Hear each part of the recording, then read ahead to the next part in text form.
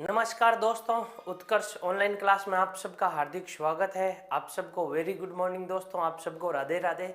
राजस्थान देखिएगा, राजस्थान के इस एपिसोड में हम जो शिक्षा मनोविज्ञान है वो ना केवल राजस्थान बल्कि संपूर्ण सीटेट केंद्र की जो भी वैकेंसी होती है, जिसमें जो भी पात्रता एग्जाम होता है शिक्षक भर्ती के लिए, उन सब में शिक्षा मनोविज्ञान अनिवार्य रूप से है और उन सब के लिए ये क्लास उपयोगी है। इसमें हम प्रश्नोत्तरी पढ़ रहे हैं। देखिएगा, आज से ये नई क्लास आरंभ हुई है। आप यूं मान लीजिएगा, इसके बाद में एक क्लास और होगी, वो सब्जेक्ट की, अर्थात हम यूं कह सकते हैं रोजाना दो क्लास होगी। एक तो शिक्षा मनोविज्ञान की प्रश्नोत्तरी की होगी और एक जो होगी उस क्लास में हम विशेष टॉपिक पर जो अध्ययन कर रहे थे वो अध्ययन करेंगे। तो देखिएगा, हम प्रश्नोत्तरी लेकर आए। रोजाना आपको लगभग 30 प्रश्न सोल्व करवाए जाएंगे, उससे संबंधित मिलते जुलते जो प्रश्न है वो भी सोल्व करवाए जाएंगे। एग्जाम में जितने भी एग्जाम में पहले के एग्जाम में जो प्रश्न आ रखे हैं वो साथ साथ में पढ़ेंगे, साथ में नए प्रश्न पढ़ेंगे कि एग्जाम में किस प्रकार के प्रश्न पूछे जाते हैं। तो देखिएगा, हम ने जो पहले जो क्लासों में विशिष्ट बालकों के बारे में पढ़ा है उनसे संबंधित प्रश्न है ये। बहुत सारे विद्यार्थी इनका आंसर बता रहे हैं। आपके आंसर बताने का जो तरीका होना चाहिए वो तरीका ये होना चाहिए, आप पहले प्रश्न का आंसर बता रहे हो तो आगे एक लिखो और आगे जो आंसर है, मान लो 2 है तो 2 लिखो, 3 है तो दूसरे प्रश्न का सही आंसर 1 है तो 1 लिखो, तीसरे का 3 है तो इस प्रकार से लिखो, ताकि मैं ये समझ जाऊंगा आप पहले प्रश्न का उत्तर दे रहे हो या आप दूसरे का उत्तर दे रहे हो या आप तीसरे का उत्तर दे रहे हो। मेरे हिसाब से ये बात आपको समझ में आ गई होगी। अब देखिएगा, हम शुरू करते हैं। कौन विशिष्ट बालक नहीं है? देखिएगा, एग्जाम में सबसे इंपॉर्टेंट यही होता है, पूछा क्या है, नहीं है। कई बार नहीं नहीं दिखाई देता है, हमें जो नहीं होता है एग्जाम में वो नहीं नहीं दिखाई देता है। कौन सा विशिष्ट बालक नहीं है? प्रतिभाशाली बालक, मंदबुद्धि के बालक, दृष्टि दोष युक्त बालक या अल्पसंख्यक बालक? बिल्कुल रानी जी राजपूत, आप 4 नंबर बिल्कुल सही है। सबसे पहला, जो अल्पसंख्यक बालक होते हैं ये विशिष्ट बालक की श्रेणी में नहीं आते। हमने जो बालक पढ़े थे उन बालकों में ये पढ़ा था, जो विशिष्ट बालक होते हैं उनकी कई श्रेणियां होती है, यानी बौद्धिक दृष्टि से, इसके अलावा शैक्षिक दृष्टि से, इसके अलावा सामाजिक दृष्टि से, इसके अलावा शारीरिक दृष्टि से। ये 4 प्रकार के जो बालक होते हैं वो विशिष्ट बालक होते हैं, जिसमें अल्पसंख्यक बालक किसी भी श्रेणी में नहीं आता है, तो इसे हम विशिष्ट बालक नहीं कह सकते। बिल्कुल 4 नंबर का। नेक्स्ट प्रश्न देखिएगा, प्रतिभाशाली बालकों की शिक्षा में क्या आवश्यक है? बहुत बढ़िया प्रश्न है ये। प्रतिभाशाली बालकों की शिक्षा में क्या आवश्यक है? प्रतिभाशाली बालकों को किस प्रकार की शिक्षा दी जानी चाहिए? ऑप्शन ए देखिएगा, तीव्र गति से अध्ययन। क्या उनको तीव्र गति से अध्ययन करवाना चाहिए? संपुष्ट कार्यक्रम, संपुष्ट कार्यक्रम का अर्थ होता है उनको अधिक से अधिक क्रियाएं करवानी चाहिए। इनके अलावा अतिरिक्त कुछ ना कुछ कार्य करवाने चाहिए। व्यक्तिगत ध्यान, पर्सनल उन पर ध्यान देना चाहिए या उपयुक्त सभी? बताइए सही आंसर क्या होगा? 2 नंबर प्रश्न का सही आंसर अर्पण शर्मा बता रहे हैं 4 नंबर होगा। देखिएगा, जो कल वाली क्लास नहीं चल रही है वो आज होगी इस क्लास के बाद। इसका जो सही आंसर होगा वो सही आंसर क्या होगा? उपयुक्त सभी। क्योंकि जो प्रतिभाशाली बालक होते हैं उनको, उनके जो सीखने की गति होती है वो तेज होती है, इसलिए उनको तेज गति से सिखाना चाहिए। वहीं जो होते हैं मंद बुद्धि के बालक, उनके सीखने की जो गति होती है वो धीमी होती है, इसलिए अभ्यास पर आधारित उनको सिखाना चाहिए। संपुष्ट कार्यक्रम का होता है और अतिरिक्त उनको कार्यक्रम उनके लिए आयोजित होने चाहिए और व्यक्तिगत ध्यान भी दिया जाना चाहिए, ताकि वो अपनी प्रतिभा से अलग नहीं हो और जिनके पास में जो क्षमता होती है, जो योग्यता होती है, जो उनके पास में जितने भी प्रकार की उनकी जो समस्या होती है, ताकि उनका जो गुण है वो बाधित नहीं हो और वो अपने कार्य में लगे रहे। देखिएगा, प्रश्न नंबर 3, आरंभिक अवस्था में मंद बुद्धि के बालकों की पहचान हो सकती है। यदि आपको किसी मंद बुद्धि के बालक की पहचान करती है तो इसका आरंभ का क्या तरीका है? देखिएगा, मंद बुद्धि के बालकों के बहुत सारे तरीके हैं पहचानने के, लेकिन जो सबसे पहला तरीका जो हम अपनाते हैं वो क्या अपनाते हैं? अवलोकन से, परीक्षण से, इंटरव्यू से या प्रेक्षीय प्रविधि से। इसमें यह पूछा आरंभिक अवस्था में, आरंभिक अवस्था में जो पहचानने का तरीका होता है वो क्या होता है? सबसे पहले जो हम तरीका यूज करते हैं वो तरीका कौन सा है? 3 नंबर का बताइए जल्दी से। यदि कोई मंद बुद्धि का बालक है, मंद बुद्धि का बालक, उसे हमें पहचानना है तो सबसे पहला तरीका कौन सा अप्लाई करते हैं हम? देखिएगा, यदि अवलोकन के द्वारा, बिल्कुल सही आंसर अवलोकन, यदि अवलोकन से उसकी पहचान हो रही है तो विभिन्न प्रकार के परीक्षणों की आवश्यकता नहीं होती है। अवलोकन का अर्थ होता है हमारे पास में जो 5 इंद्रियां होती है, आंख, कान, नाक, जीभ, त्वचा, इन 5 के द्वारा किसी को पहचानना, सुनकर, देख कर, आगे बात समझ, किसी भी वस्तु के बारे में अवलोकन का अर्थ होता है हमारी इंद्रियों का प्रयोग करके उसके बारे में जानकारी लेना, आरंभिक पहचान होती है, इसे याद रखिएगा। प्रश्न नंबर 4, निर्देशन की आवश्यकता होती है। विशेष प्रकार के जो निर्देशन की आवश्यकता होती है, यह निर्देशन की आवश्यकता किन बालकों को होती है? अपंग व्यक्तियों को, विशेष व्यक्तियों को, सामान्य व्यक्तियों को या सभी व्यक्तियों को, ध्यान से देखिएगा, निर्देशन की आवश्यकता किसको होती है? 3-4 नंबर का, अपंग व्यक्तियों को, विशेष व्यक्तियों को, सामान्य व्यक्तियों को या सभी व्यक्तियों को। बहुत अच्छा प्रश्न है दोस्तों, ये सीटेट में पूछ रखा है, जल्दी से इसका आंसर बताइए। बहुत बढ़िया प्रश्न है, क्योंकि ये बहुत कंफ्यूजन भरा प्रश्न है। निर्देशन की आवश्यकता किसे होती है? जल्दी से कमेंट कीजिए। 4 नंबर में 2 होगा, विशेष नहीं। 4 नंबर में निर्मला जी बता रहे हैं 2 होगा, 4 होगा। अब देखिएगा, ये बहुत बड़ा कंफ्यूजन वाला प्रश्न है, कई 2 बता रहे हैं, कई 4 बता रहे हैं, इसीलिए ये एग्जाम में प्रश्न पूछा गया था। निर्देशन की विशेष आवश्यकता किनको होती है? देखिएगा, इसमें 2 है, कहीं पर भी नहीं पूछा विशेष आवश्यकता, इसमें केवल इतना सा पूछा निर्देशन की आवश्यकता होती है। यदि ये लिखे जाता ना निर्देशन की विशेष आवश्यकता किसको होती है, तब इसका आंसर अलग होता, और अब इसका आंसर अलग है। निर्देशन की बताइए, कईयों के 4 आ रहे हैं, कईयों के 2 आ रहे हैं। देखिएगा, निर्देशन की जो आवश्यकता होती है वो विशेष व्यक्तियों को होती है। सही आंसर क्या होगा? विशेष व्यक्ति। निर्देशन की जो आवश्यकता होती है वो किसको? विशेष व्यक्तियों को होती है। जो विशेष व्यक्ति होते हैं इन्हीं को हम कह सकते हैं विशिष्ट बालक। क्या कह सकते हैं? विशिष्ट बालक। या इन्हीं बालकों को हम यूं भी कह सकते हैं कि ऐसे बालक जो हम यूं कह सकते हैं, इस प्रकार के बालक जो सामान्य नहीं है, असामान्य बालक, असाधारण बालक। जो विशेष होते हैं इन्हें असाधारण भी कह सकते हैं, असाधारण बालक या विशिष्ट बालक, इन्हीं को विशिष्ट बालक कहा जाता है। विशिष्ट बालक, इनके लिए निर्देशन की आवश्यकता होती है। अगली बात समझ में। अगला देखिएगा, नेक्स्ट प्रश्न, दृष्टि दोष की पहचान है। किसी भी व्यक्ति को दृष्टि में दोष है, इसकी पहचान कैसे कर सकते हैं? आंखों को बार बार झपकाना, पढ़ते समय आंखों में दर्द होना, पुस्तक को आंखों के निकट रखना, या सभी प्रकार की परेशानियां। हम किस व्यक्ति को कह सकते हैं कि यह व्यक्ति दृष्टि दोष से युक्त है? वो व्यक्ति जो आंखों को बार बार झपकाता है, वो व्यक्ति जो पढ़ते समय की आंखों में दर्द होता है, या वो व्यक्ति जो पुस्तक को आंखों के बिल्कुल निकट रखता है, या उपयुक्त जिसमें ये सभी परेशानियां होती है तीनों, उस व्यक्ति को हम कह सकते हैं कि इस व्यक्ति में दृष्टि दोष है। तो सही आंसर बताइए। बिल्कुल सही आंसर 4 नंबर। बिल्कुल 5 में क्या होगा? 4 नंबर होगा।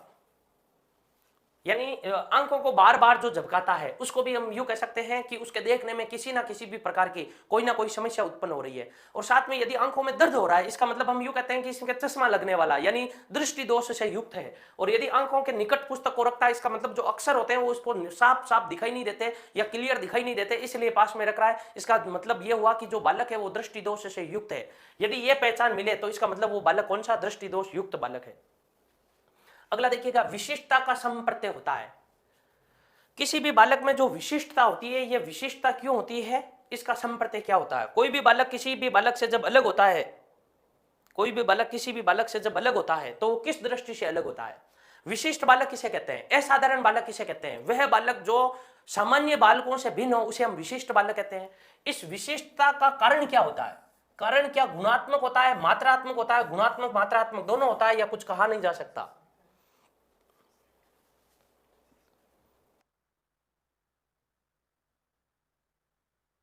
जी सांकला का सबसे पहला आंसर गुणात्मक और मात्रात्मक दोनों होता है। कोई भी व्यक्ति किसी भी व्यक्ति से जब अलग होता है तो उसको हम यूं कहते हैं विशिष्टता। विशिष्टता, विशिष्टता का कारण देखिएगा, विशिष्टता का कारण, इस विशिष्टता का कारण जो पाया जाता है वो 2 दृष्टि से, या तो कोई व्यक्ति होता है तो मात्रात्मक दृष्टि से भी होता है और साथ में गुणात्मक दृष्टि से भी होता है।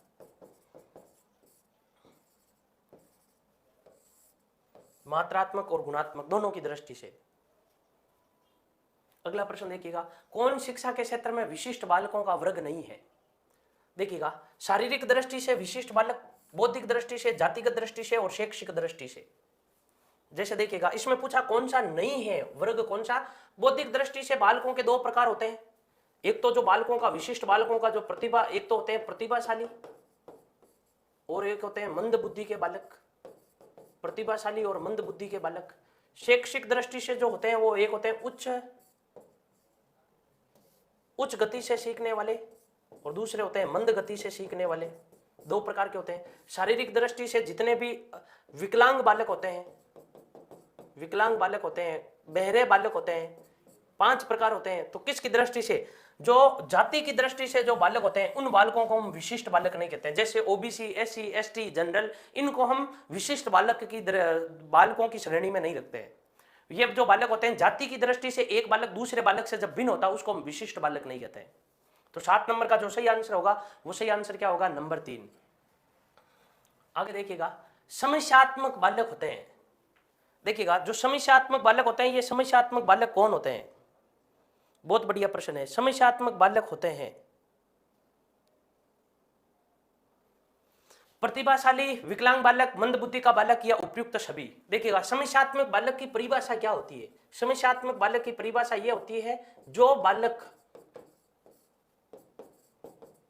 किसी भी समस्या से ग्रसित होता है, किसी भी समस्या से ग्रसित होता है,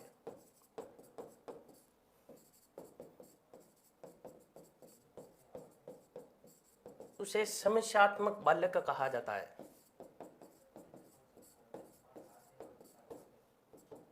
उसे क्या कहा जाता है? समस्यात्मक बालक कहा जाता है। जो समस्यात्मक बालक होता है वो कौन होता है? बिल्कुल, बहुत सारे विद्यार्थियों के सही आंसर आ रहे हैं नंबर 4। देखिएगा, समस्या प्रतिभाशाली बालक के पास भी हो सकती है, विकलांग बालक के पास में भी हो सकती है और मंद बुद्धि के बालकों के पास में भी हो सकती है। ये समस्या केवल पढ़ाई को लेकर हो जरूरी नहीं है, सामाजिक दृष्टि से हो सकती है, संवेगात्मक दृष्टि से हो सकती है, किसी भी दृष्टि से किसी भी बालक के पास में यदि कोई बालक समस्या से ग्रसित है तो उस बालक को हम समस्यात्मक बालक कहते हैं। देखिएगा, समस्यात्मक बालक उस बालक को नहीं कहते हैं जो समस्या क्रिएट करता है, समस्यात्मक बालक उस बालक को कहते हैं जो खुद समस्याओं से ग्रसित रहता है। और जब बालक समस्याओं से ग्रसित होगा तो उसकी अनुक्रिया, प्रतिक्रिया, सहज क्रिया, सब प्रकार की क्रिया बाधित होती है। परिणाम स्वरूप जो परिणाम आने चाहिए वो परिणाम नहीं आते हैं, तो वो बालक प्रभावित होता है। इनमें से कोई भी बालक समस्यात्मक बालक हो सकता है। अगला देखिएगा, प्रतिभाशाली बालकों का चिंतन किस प्रकार का होता है? जो प्रतिभाशाली बालक होते हैं, प्रतिभाशाली बालकों का चिंतन किस प्रकार का होता है? प्रतिभाशाली जो बालक होते हैं वो बालक किस प्रकार का चिंतन करते हैं? जल्दी से आंसर बताइए।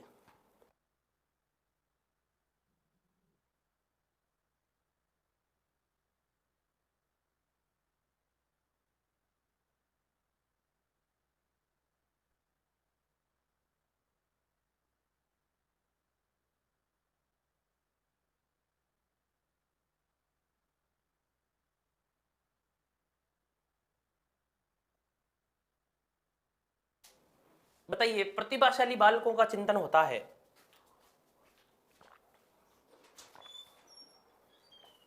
कई 1 बता रहे हैं, कई 3 बता रहे हैं, कई 2 बता रहे हैं। जो प्रतिभाशाली बालकों का चिंतन होता है वो प्रतिभाशाली बालकों का चिंतन किस प्रकार का होता है? जल्दी से बताइए, बहुत कंफ्यूजन भरा प्रश्न है, इसी प्रकार के एग्जाम में प्रश्न पूछे जाते हैं। देखिएगा, इसका सही आंसर जल्दी से बताइए। देखिएगा, एक होता है अभिसारी चिंतन, इसके बारे में हमने पहले अध्ययन भी किया था। जो अभिसारी चिंतन होता है ये सृजनात्मक बालक करते हैं। कौन से बालक? सृजनात्मक बालक। सृजनात्मक बालकों का इसे सृजनात्मक चिंतन भी कहा जाता है। और जो अभिसारी बालक, अभिसारी जो चिंतन होता है, ये अभिसारी चिंतन मूलतः प्रतिभाशाली बालकों के लिए होता है। प्रतिभाशाली बालक जो चिंतन करते हैं उस चिंतन का नाम क्या है? अभिसारी चिंतन। तो इसका सही आंसर अभिसारी होगा, दोनों नहीं होगा, याद रख लेना, क्योंकि प्रत्येक प्रतिभाशाली बालक सृजनशील बालक हो ये जरूरी नहीं है। इसलिए इसका आंसर क्या होगा? नंबर 2 होगा। आगे देखिएगा, बाल अपराधी होने के मनोवैज्ञानिक कारण है।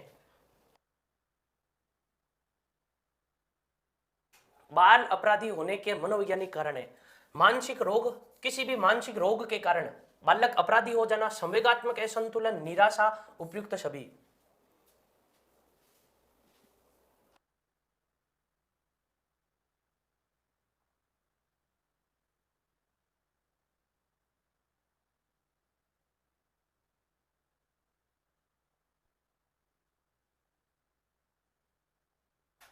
बिल्कुल, बहुत सही आंसर आ रहा है, उपयुक्त सभी।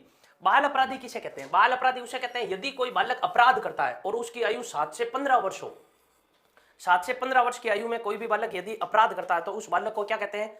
अपराधी बालक कहा जाता है, या बाल अपराधी। यदि वो प्रौढ़ है, यदि वो क्या है? प्रौढ़ है और क्या कर रहा है? अपराध कर रहा है, तो उसे बाल अपराधी बालक कहा जाता है। देखिएगा, त्वरित उपागम उपयोगी है। त्वरित उपागम का मतलब यह होता है जल्दी जल्दी शिक्षा देना।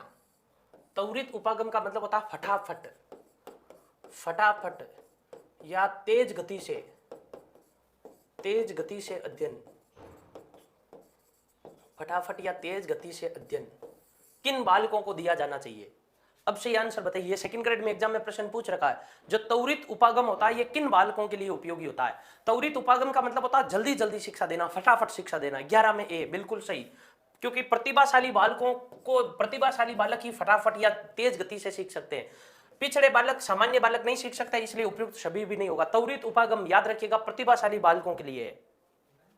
अब देखिएगा, हस्तशिल्प की शिक्षा या हस्तशिल्प की शिक्षा किन बालकों को दी जानी चाहिए? यह प्रश्न रीट में पूछ रखा है। यह प्रश्न किस में आ रखा है? रीट में आ रखा है। हस्तशिल्प की शिक्षा किसको दी जानी चाहिए? देखिएगा, प्रतिभाशाली बालक, सामान्य बालक, इन दोनों, ये दो तो आंसर होंगे नहीं, इसमें किसी भी प्रकार का कोई कंफ्यूजन नहीं है। अब कंफ्यूजन यह होता है मंद बुद्धि के बालकों के लिए या पिछड़े बालकों के लिए? जल्दी से बताइएगा, हस्तशिल्प की शिक्षा किस प्रकार के बालकों को दी जानी चाहिए? ये एग्जाम में प्रश्न पहले पूछ रखा है। देखिएगा, रवीना जी मंद बुद्धि के बालक बता रहे हैं, शीतल जी 2 नंबर बता रहे नहीं, अलग अलग, लक्ष्मण जी 3 नंबर।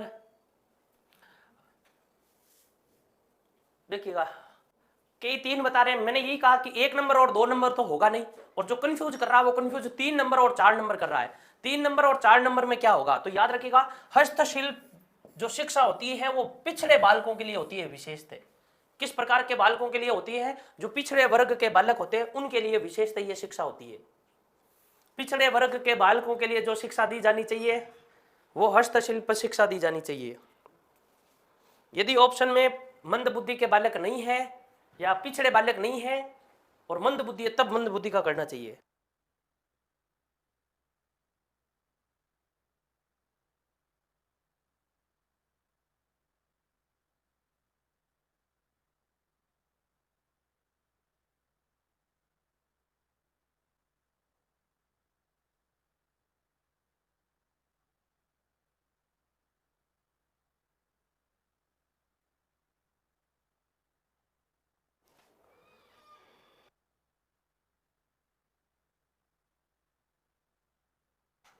सबके आंसर शो हो रहे हैं, आ रहे हैं यहां से भी, तो बिल्कुल गलती से टाइप हो गए थे।